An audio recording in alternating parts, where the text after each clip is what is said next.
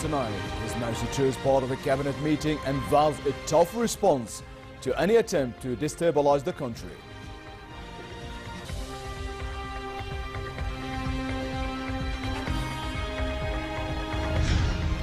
The evacuation of civilians from East Aleppo resumes after a long day hold-up.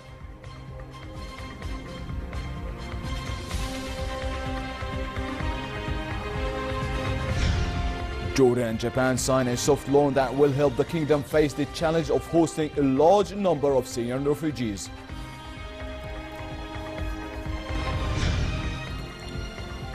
Good evening and welcome to the news at 10. His Majesty the King vowed a tough response to any attempt to destabilize the country.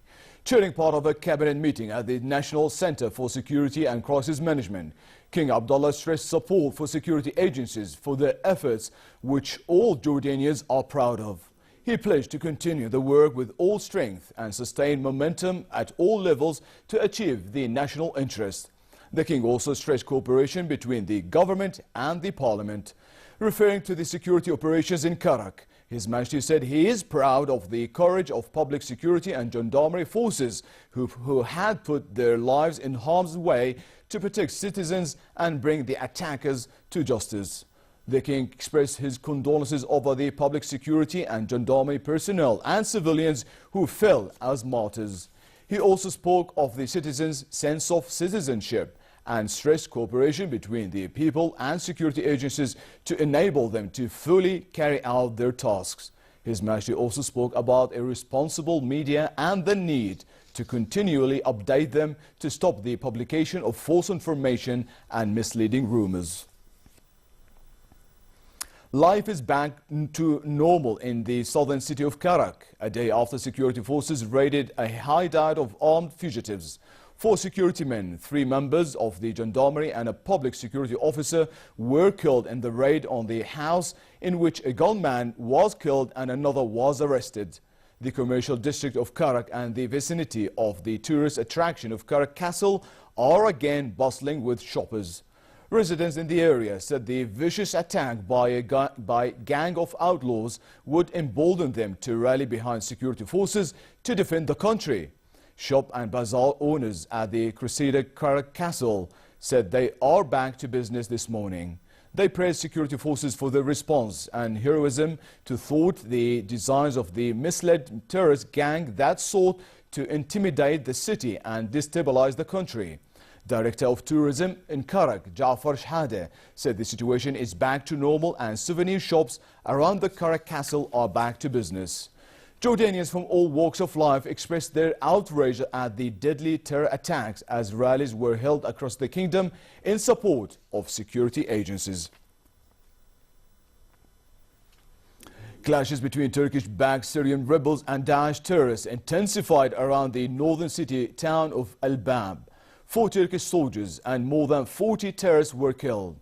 Turkey's military said the rebel forces besieging Al-Bab for weeks had largely established control over the strategic area around the town's hospital.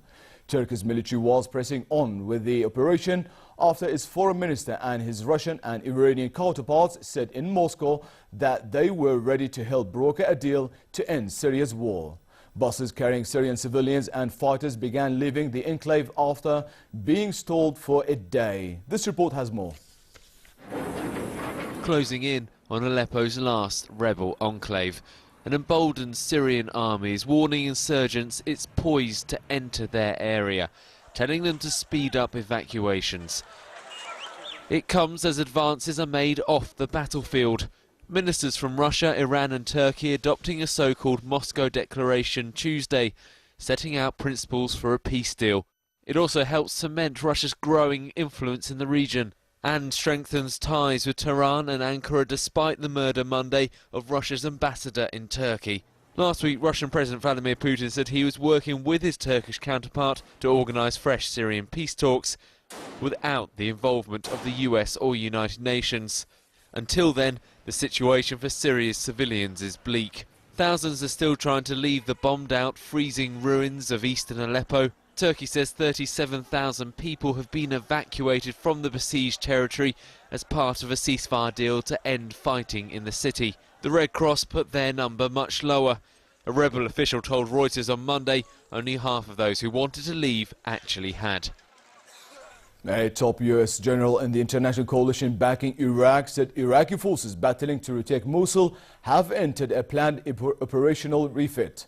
It was the first significant pause of the campaign against Daesh terror group. The U.S. general said the refit includes repairing vehicles, resupplying ammunition and preparing forces for the next stage. Elite soldiers have retaken a quarter of the northern city, but their advance has been slow. Meantime, oil workers are still battling to put out oil well fires set by Daesh militants as they fled the northern Iraqi town of Al-Qayara in August. Here's more. With the horizon blackened with thick billowing smoke, Islamic State militants have left a dark mark on the northern Iraqi town of Qayara. The militants once controlled these oil fields and refineries, bringing in nearly $700,000 a day back in 2014. But as the Iraqi army took back control this year, IS fled, setting the fields on fire. The fires left a major mess for firefighters, who now control 7 out of the 18 wells that were affected by the fires, says Northern Oil Company engineer Ayat Khalaf.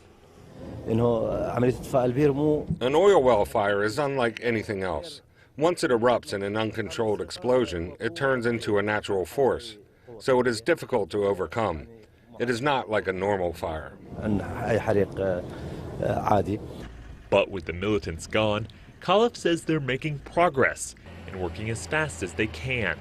We can say that we are past the crisis and we are in control of the nearby wells that affect the environment. We are moving forward and are working non-stop at various locations.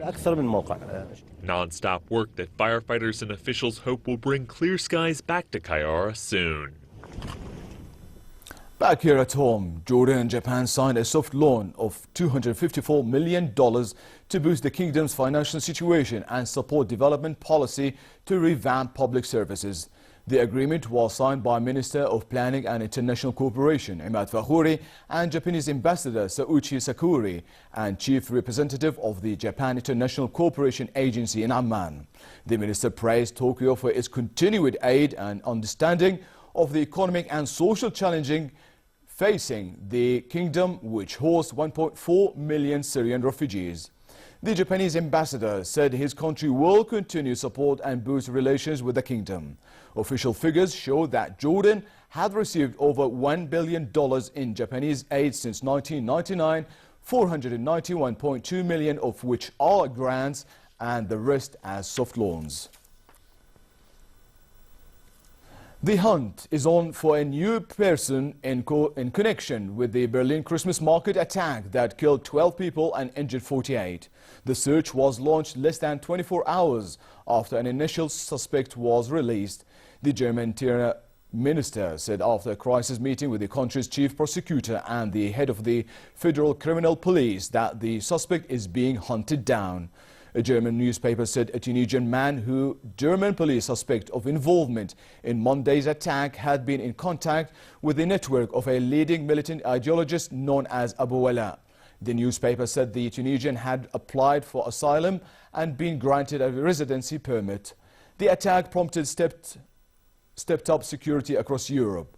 London's Metropolitan Police closed roads around Buckingham Palace, but police said the closure, introduced earlier than planned, was a precautionary measure and not in relation to any specific intelligence about potential threat in London. Traditional changing of the guard ceremony outside Buckingham Palace regularly attracts crowds of tourists. The truck attack in Berlin is the latest blow for Europe's tourism industry. A series of massive explosions destroyed a fireworks market outside the Mexican capital, killing at least 31 people. Dozens were also injured in the market outside Mexico City, which was left a charred wasteland. Family members gathered at the site hoping to find missing loved ones. Videos of the blast showed a spectacular flurry of explosions high into the sky, like rockets in a war zone, as a massive plume of charcoal grey smoke billowed out from the site. It was the third time in just over a decade that explosions struck the popular marketplace. The state governor said the explosions injured at least 72 people, while another 53 remained missing.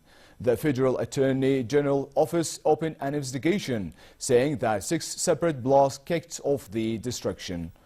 The Director of Emergency Services said a lack of adequate safety measures was the likely cause of the blast.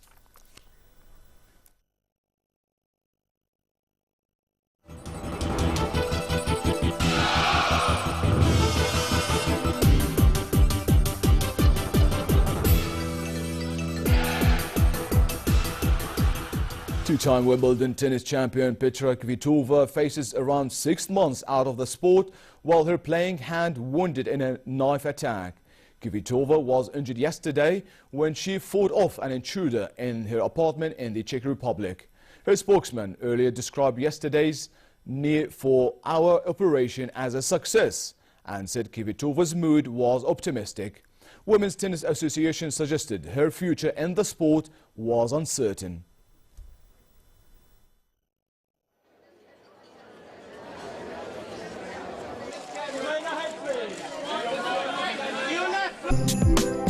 Portugal coach Fernando Santos got into the festive spirit as he dressed up as Santa Claus and made a trip to the country's national soccer centre in Lisbon.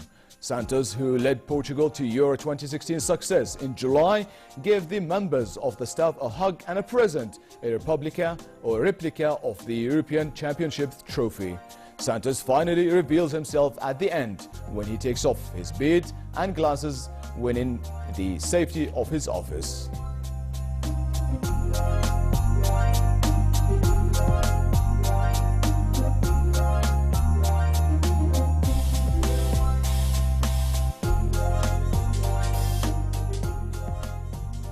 And finally, cold and partly cloudy tonight with light showers in northern and central Jordan. Freezing and fog formation are forecast in many regions after midnight.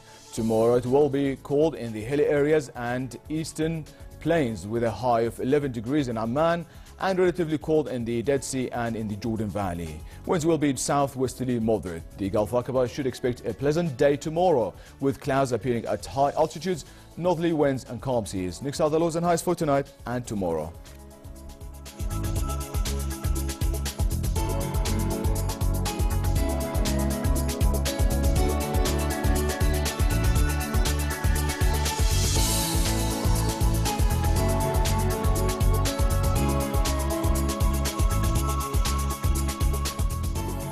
And to close our top stories once again, His Majesty chairs part of a cabinet meeting and vows a tough response to any attempt to destabilize the country.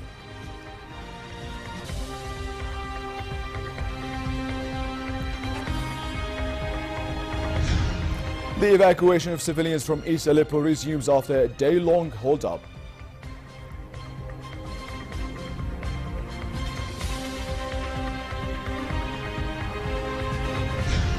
Jordan and Japan signed a soft loan that will help the kingdom face the challenge of hosting a large number of Syrian refugees. And with that, we come to the end of tonight's news. I'm Leo Balkar. Have a good night.